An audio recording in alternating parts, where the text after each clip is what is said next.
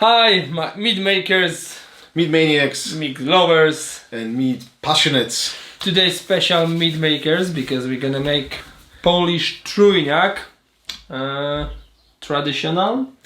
Traditional at the beginning, and then we'll probably do a bit of a twig at the secondary With fruits. But for the purpose of this video, we're gonna start with the traditional. But what is gonna be all about it? Watch that just after short break. This video is for more experienced mead makers.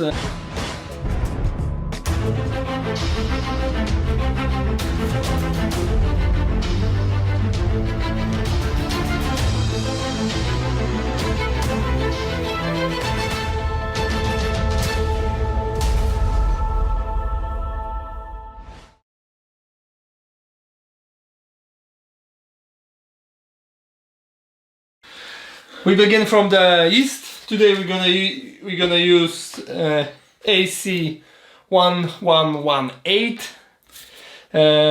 which is basically very strong yeast for high gravity, which is pretty much all Polish style meads are with high gravity. So it takes about 20 minutes for yeast to activate. So I think we can probably do it now, and then we're just gonna mix some water and honey. So I think we can start with preparing our yeast. So first we're going to add a bit of a go firm. We're going to add go firm to the lukewarm water. We're adding 5 grams of yeast. We do it about 20 liters of mead. We could, or maybe we even should use 10 grams of yeast, but we run out, so we're gonna do it with 5 grams. How much go firm we added? We use 6.3 gram as per TOSNA protocol. Go firm is very easy to count. You can go to the TOSNA protocol, or for every gram of yeast what you use, you're adding 1.25 grams of go firm. Very simple. Temperature of water is about 40 degrees of Celsius. We're gonna wait few minutes to cool down to about 35, and then we're gonna add our yeast. Yeah. As Maddie mentioned, we're gonna make about 20 liters batch, probably 19 because we had used a bit of a headspace. So we're gonna use a 20 liter bucket. 20 liter bucket. Yeah. And yeah, so that's our fermenter. Obviously been sterilized and everything, sanitized. So yeah, I believe most of you guys get some experience with mead already, but if not, all have to be sterilized. Yeah, you can use boiling water or any sanitizer what you use, but remember, keep clean. A few words about honey. What we're going to use today. Today we're using polyfloral honey from Nectarica, which is it's a Ukrainian distributor of Eastern European honey. Wholesaler, or you can buy at least 25 kilo. Yeah, I think that's the smallest. That's the smallest amount, 25 kilo buckets. But price is real good. It's actually first time we're gonna use that honey for our meats, but so far it looks very good. It's pretty much clear. Still quite soft, semi-liquid. You can find out link to the shop below the video. So it's you mentioned obviously it's a polyfloral, but I think it's like the main is it sunflower? Sunflower. Of course, you can use any honey. You can use orange blossom, whatever it is, but yeah. But this one's definitely good quality and very competitive price. Competitive price. So yeah, traditional. We're gonna make traditional today. We're gonna aim to Polish style Trójniak. So we're probably gonna aim to a starting gravity of about 1.14, maybe 1.145. What's Trójniak? It's traditional way. It's supposed to be 1 part of honey against 2 part of water. Yeah. That's Trójniak. So we're going to probably use about 6, maybe 6 and a bit liters of honey, because it's volume. It's not a weight of it. It's a volume. So for 20 liter bucket, if we're going to use 18, 19 liters of most, it's going to be what, 6 and a bit liters of honey, and then obviously we're going to top it up with the water, and then we're going to take the gravity readings so we can exactly know how much of the nutrients we need to use. We're going to use the TOSNA protocol for that purposes. but obviously we're going to go through it as and when. Yeah. Like you said, Truniak's supposed to be part of honey against to part of water, but the best way is just measure the gravity to keep right. All honeys are different. Okay. I think that's already cooled down. So should we just add yeast to it? We add our yeast. So what we do, just on the top, and just leave it. and we just leave it. How much water to that? We have about 400 milliliters, but everything around over 150 should be okay. I wouldn't worry about that too much. And we forget about that for about 20 minutes. So yeah, okay. So now we're gonna start obviously the most like labor intense job, which is transferring honey into the bucket and then obviously mixing it with the water. So okay, and let's go.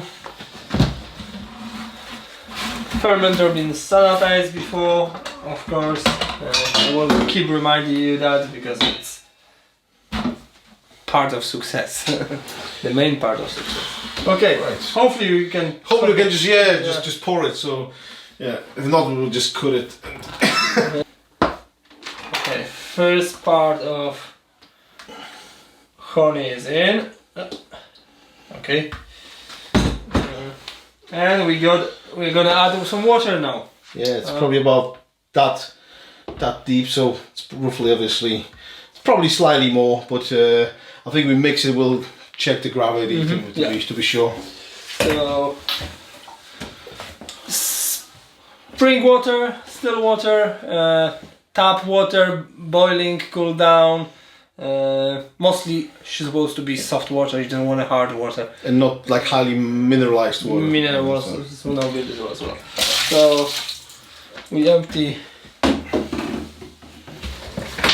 our bottles from previous batch what we done today.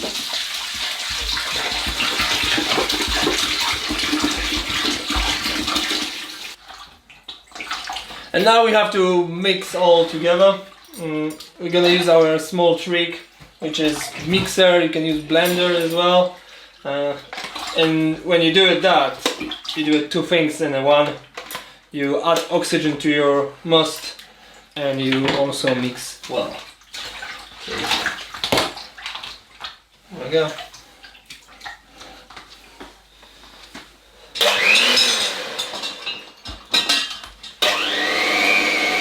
Okay, honey mix well with water, and now we're gonna add some more water. Again, from the top, you wanna oxygen in the first few days. Oxygen is very important for proper fermentation. After that, it's your enemy. A little bit more? Yeah, but more, and then we'll take the gravity reading. Our plan is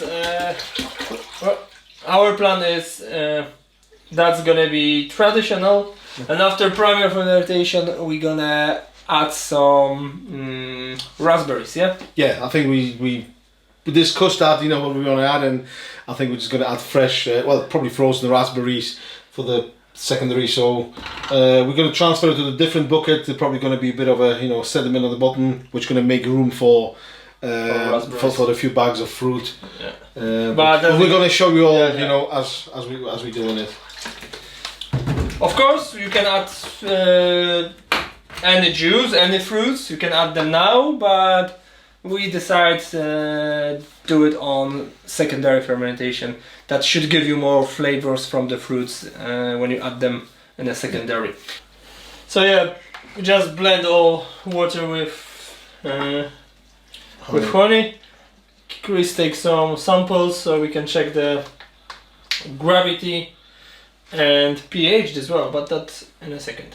First, gravity. Remember to keep temperature for check the gravity about 20 degrees Celsius. And Chris, yes, we pretty much perfect. We got 1.15 4, 5, maybe 6.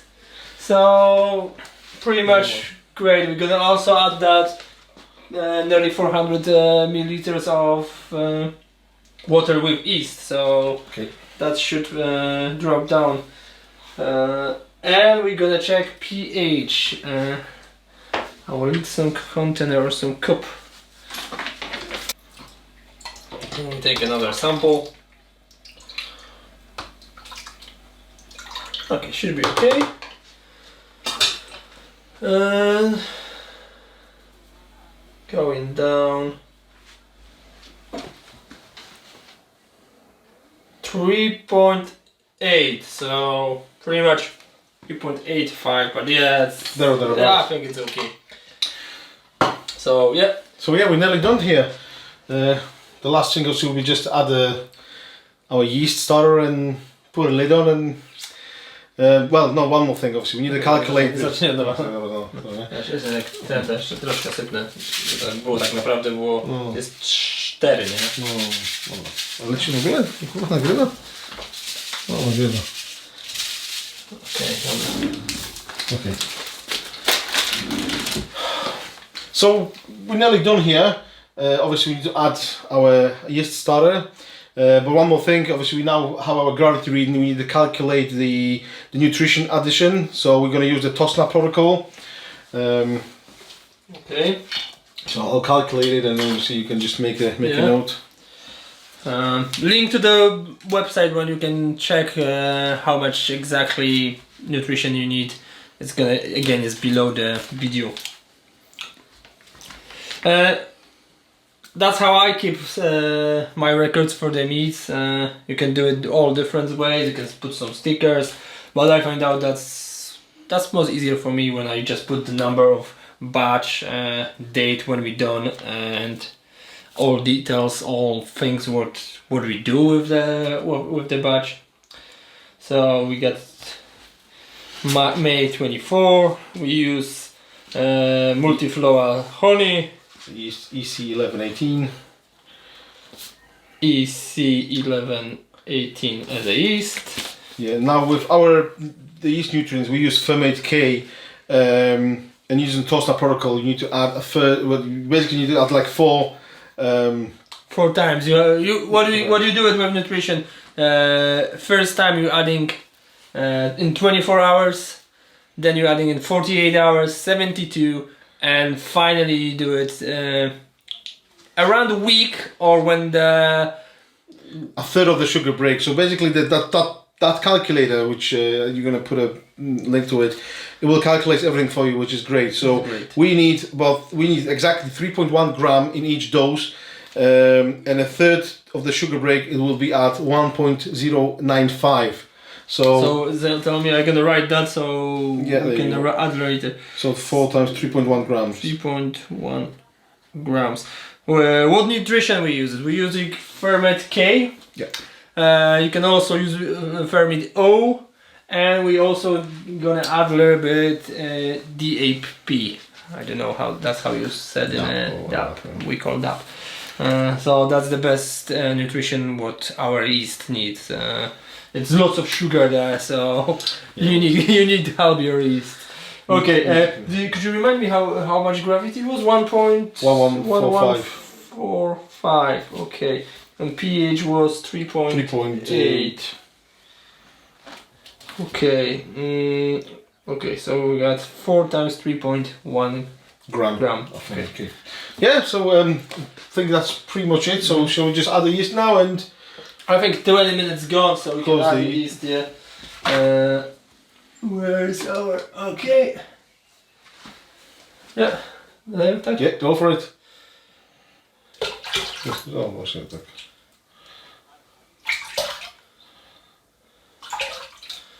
I don't want to waste any. Okay. Done.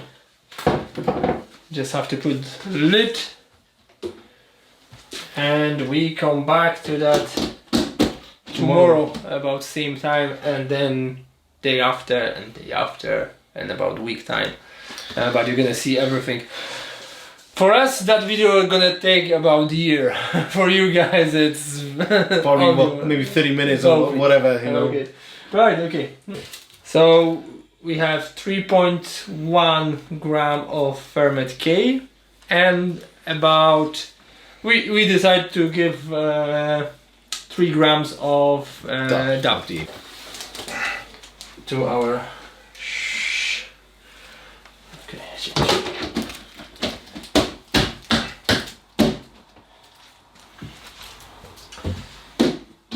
And tomorrow I'm gonna repeat the same. I will not record. 24, 48, 72, and then either 7-day or the third of the sugar with the third of the sugar break. So whatever quicker. So for you guys was only a few seconds. For us was 6 weeks.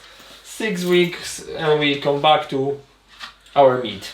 I'm pretty sure the fermentation is done by now, the primary, so We'll see. Well, obviously we're going to measure the sugar, but it's either like bone dry or it's stopped at a certain level. Obviously, as I said, we measure that, but the jobs for today is we're going to rack it. Obviously there will be probably, you know, so much sediment, so we're going to rack it to the another bucket, and then we're going to add some fruits, just to obviously make the melomel. So what kind of fruit are we going to add? We're adding raspberries. Raspberries frozen.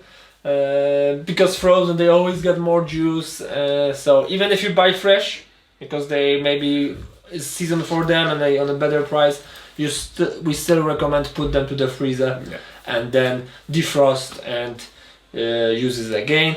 Some meat makers boil fruits with a little bit of water to extract more juice, but but basically by freezing them, you're breaking the cells of the fruit, and then when they thaw in, they release in much more juice than they would have. So that's quite a good practice.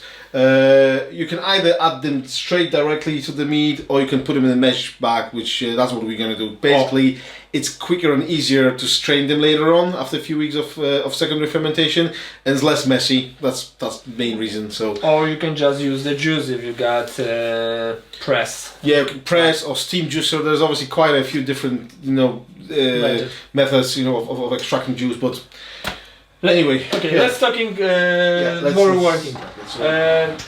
Few words about that container.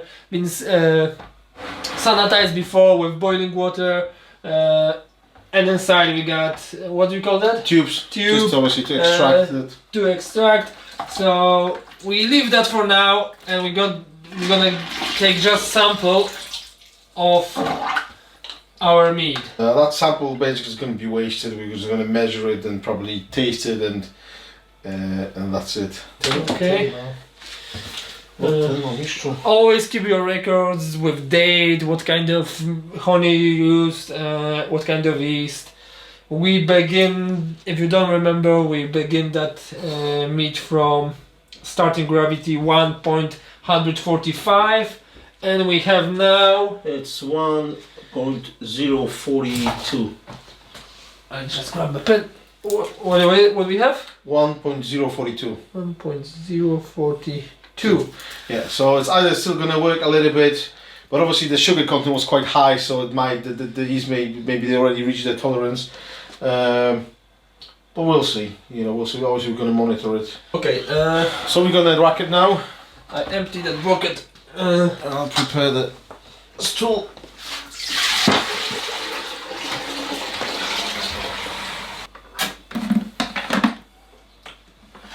And now we only use gravity to put the. We can draw that one. To put the meat down. It's gonna take a little bit, so I think we do it. We're gonna fast forward it. So. That's still racking, so I think we're gonna prepare the fruit. We're gonna prepare food. Our bags are done. I'm just gonna strain them. The bags was again boiling water. That's the easiest way, I think, to sanitize them. And when they sanitize, we're gonna put some raspberries.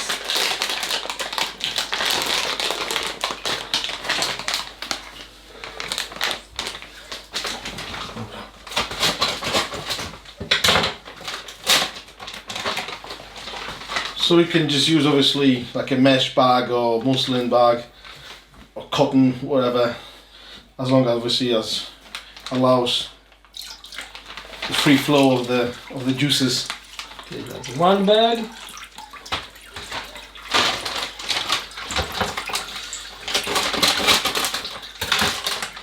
How many fruits we use? It's about 2 kilo. Also, the use of a frozen fruit over the fresh fruit is very often when they've frozen them, they pick the very ripe product, the very ripe fruit. Where if you're going for a fresh one, well, it could be different because you can have like, they might not be like ripened enough. Could be mold over that as well. So definitely frozen fruits are better for meats. And that's it. And now first racking, yeah? Yeah, First racking been done. And we're gonna come back. What, I don't know, a couple of weeks, few weeks time. Hopefully all the juices from raspberry will be extracted, well melted. We're obviously then gonna strain them, you know, squeeze it, and then we'll taste it. You will see in a second.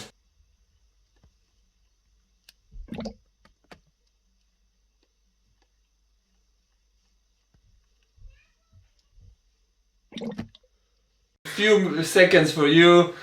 Good few weeks for us. We come back to our meat. Yeah, so obviously the last time what we did, we rack it from the primary fermentation and we add raspberries in the bags. So what we're going to do today, we're going to remove the raspberries and we're going to rack it to 2 separate containers. The fermentation, as far as we're concerned, is already finished, it's done. So we're going to rack it to the 2 containers, we'll test it, and they'll probably just need to obviously, you know, age it for a while. How we do it, exactly same what we done with previous racking. So we need the thing, but we have a look on our raspberry first. Okay, so I'll let you. Do you want to just squeeze it with all the excess liquid?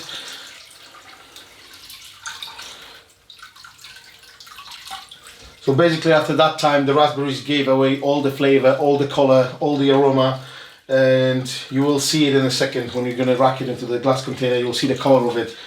It used to be, obviously it was the bright yellow when we add raspberries into it. Now, well, I can already tell you it's like deep red burgundy. Remember, if you do it that way, wash hands. Yeah, sanitize if you can. Oh, I smell lots of raspberries. I'll let you do that. Which is makes sense. That's a much better bag. I can do it that way.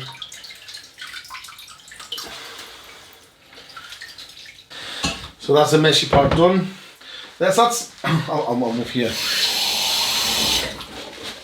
So that's the actual benefit of using bags, because you contain all the fruits, all the mess inside of the bag, and all you do then is just take it away, you know, squeeze it, strain it, and that's it.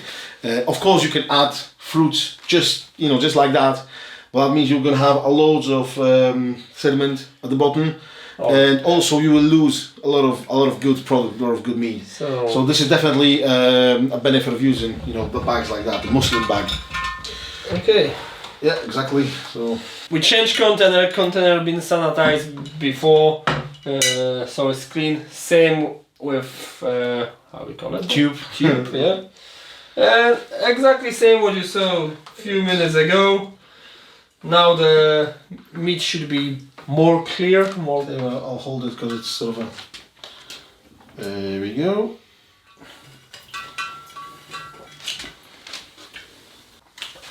I think you deserve, my friend. A little sample? A little sample. Absolutely. I'll never say no. Have a look on color.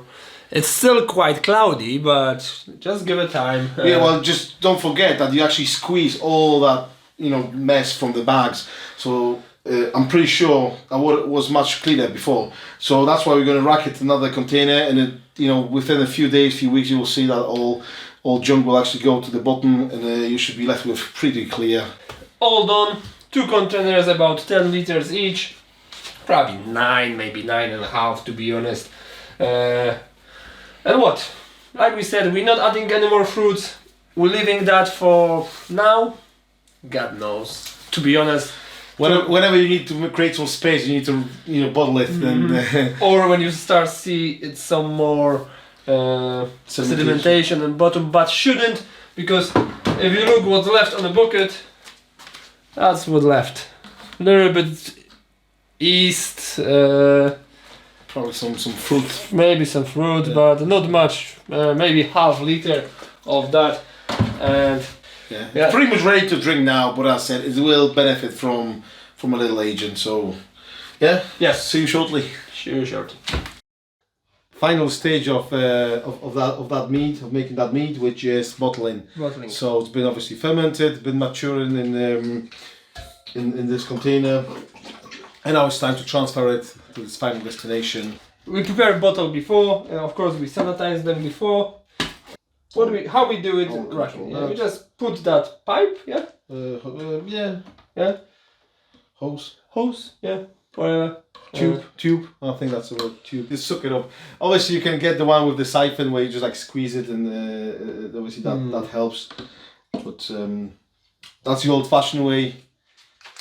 You need to be quick because I think that's it's quite a big diameter of this tube. So For the people who do it that first time, remember the main container with your meat has to be a little bit higher than bottles which you're gonna use for racking. it's physics, so you won't cheat that, unfortunately. Unless you're using pump, then obviously you can do whatever. But I don't think any homemade maker is using pumps. And pretty much that's it. The meat is ready to drink. You can keep in the bottles for a couple months, years, if you get right condition in your cellar or room, wherever you keep it. Remember, give us subscribe, give us the like, and if we see you like that video, we might be gonna record Some more recipes. See you in next episode, and hopefully not too long. Bye. Bye bye.